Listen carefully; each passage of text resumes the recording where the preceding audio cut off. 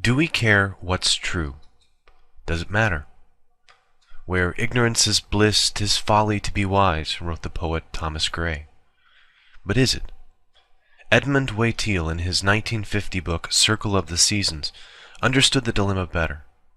It is morally as bad not to care whether a thing is true or not, so long as it makes you feel good, as it is not to care how you got your money, as long as you have got it.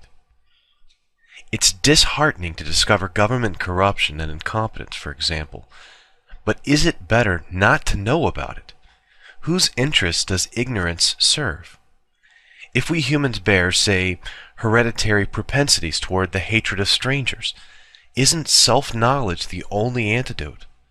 If we long to believe that the stars rise and set for us, that we are the reason there is a universe, does science do us a disservice in deflating our conceits?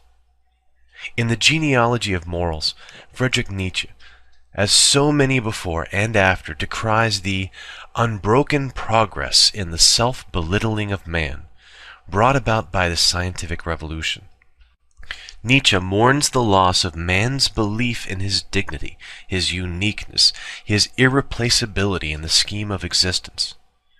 For me, it is far better to grasp the universe as it really is than to persist in delusion, however satisfying and reassuring. Which attitude is better geared for our long-term survival? Which gives us more leverage on the future? And if our naive self-confidence is a little undermined in the process, is that altogether such a loss? Is there not cause to welcome it as a maturing and character-building experience?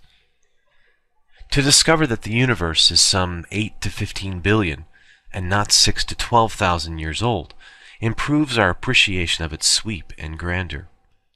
To entertain the notion that we are a particularly complex arrangement of atoms, and not some breath of divinity, at the very least enhances our respect for atoms.